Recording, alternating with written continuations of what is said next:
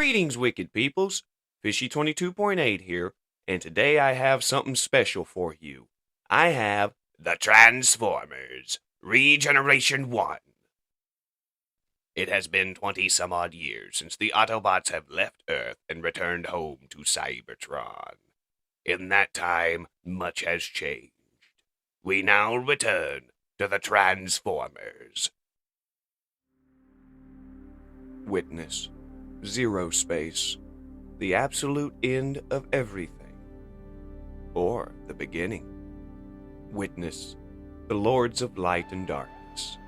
Primus and Unicron. At the very end of everything, the final battle. The final dissolution. Witness. Unicron. The Chaos Bringer. Unleashed in our still infant universe. Once more bent on the total annihilation of all life. Witness. Cybertron divided. A fatal, unforeseen schism that turns Primus's creation into warring factions. Heroic Autobot and evil Decepticon. After millions and millions of years of civil war, peace. A new era of prosperity and growth. A time to unify, heal, and hope. Moving towards a brighter future, envisioned by Primus and now nurtured by the enigmatic last Autobot, a utopia, where all are one.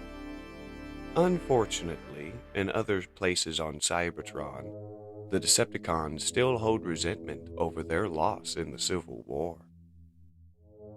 Peace through tyranny. Much has been made of Megatron's bold proclamation, but I maintain that he was simply advocating a more trenchant route than a realization of Primus's dream of a universal order. Soundwave exclaims as he addresses several remaining Decepticons. As the tape deck continues, Megatron saw, Megatron understood that we, above all other races, all other species, are superior beings, more than capable of shouldering this burden of universal guardianship. That destiny is still ours. We just have to reach out and take it. Elsewhere on Cybertron, in Iacon, I swear, Magnus, next tactical upgrade, I'm getting me some wings. Cup complains as he continues to climb the stairs in front of Magnus. I hear you. One could be forgiven for construing our leader has gone to such great lengths to make himself inaccessible. No landing pad, no null gravity tube. Sometimes it seems less of a command post and more of a retreat. Cup finishes Ultra Magnus's statement as Hot Rod greets them at the door. Walking further inside the structure, Hot Rod turns to Cup. Okay. I mean, it's really amazing that Prime elected to mentor me, of all bots, but all work and no play, you know? Tough being the chosen one? He in? He's expecting you. Snapping his attention to Cup and Ultra Magnus. What do you want?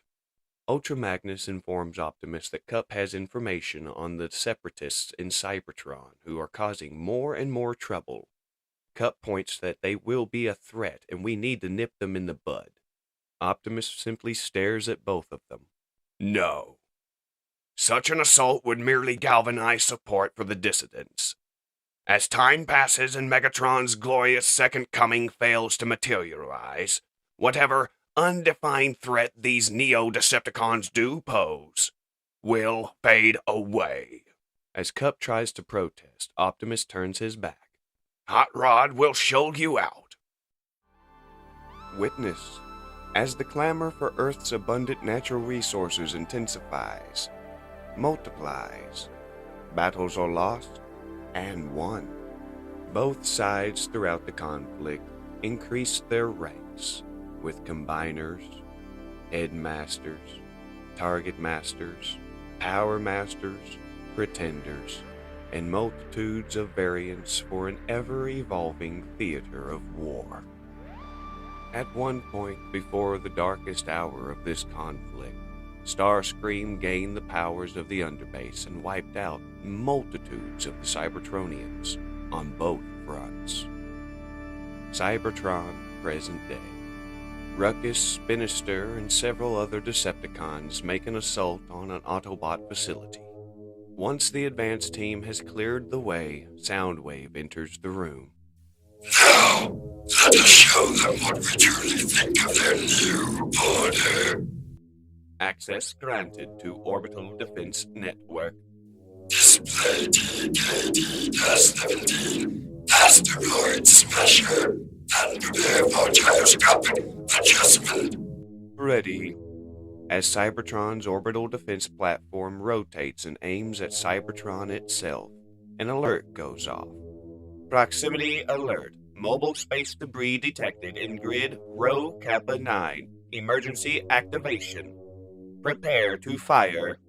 The defense platform lines up with its target and opens fire, obliterating the statue of the last Autobot, much to the horror of the Autobots in sight of it, and to the joy of Soundwave. Now, witness. In their darkest hour, the matrix of leadership is found, but is tainted and corrupted by pure evil. And the Autobots and Decepticons face the coming of their ultimate foe without it, the coming of Unicron. They were able to defeat Unicron, but at a great cost. And in the years after the sacrifice of Optimus Prime, a future version of Megatron travels back in time to kill himself, shredding and breaking several laws of time in the process. And in their darkest hour yet again, the return of Optimus Prime brought forth the revival of Cybertron. Now, witness the beginning of the end.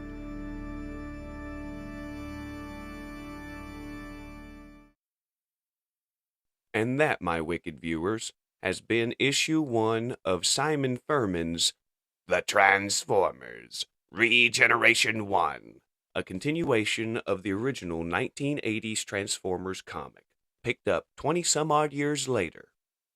I do apologize for the somewhat weird narrative choice of going back and forth between the history of Cybertron and the conflict and the modern-day events. That's basically how this issue reads out, and I changed the order a little bit to fit more my narrative style.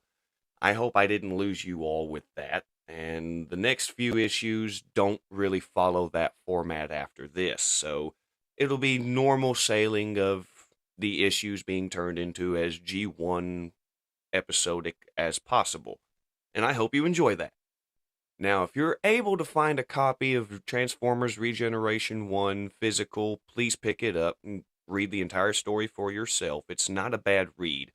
Back when Comixology was still a thing, before it was merged into the Kindle store, I did have this series on digital, as well as a lot of the other G1 issues that I could get through IDW at that time. Well, when Comixology merged over, I lost a shit ton of titles. I was able to keep my Walking Dead issues, which made me happy. Kept a majority of the IDW issues, which, well, I paid for them, so I'm happy to keep them. But I did lose ReGeneration One, and a lot of the G1 compendiums that I purchased through the app at that time. I only have 3 of them still in my library, which pisses me off. But, thanks to a fellow Transformer fan, I now have the entire ReGeneration series yet again in digital format.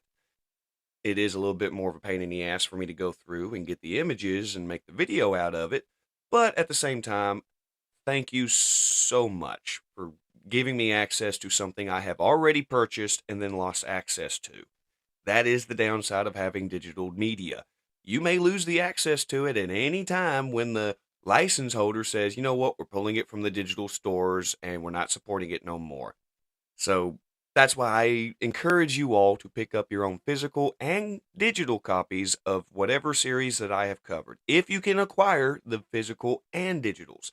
If you can only get digitals, make backups of them. Trust me, because one day they're going to merge into another company and you'll lose half your shit like I did. And with that rant out of the way, I hope you have enjoyed my rendition of this series. And please, if you can get a physical copy, pick it up. It's a really good read. They did have to change some of the characters around because Transformers License no longer has access to those characters. Thank you, Marvel. Anyway, this has been Fishie 22.8, logging off. Thank you for spending your time with me, wicked peoples. Later.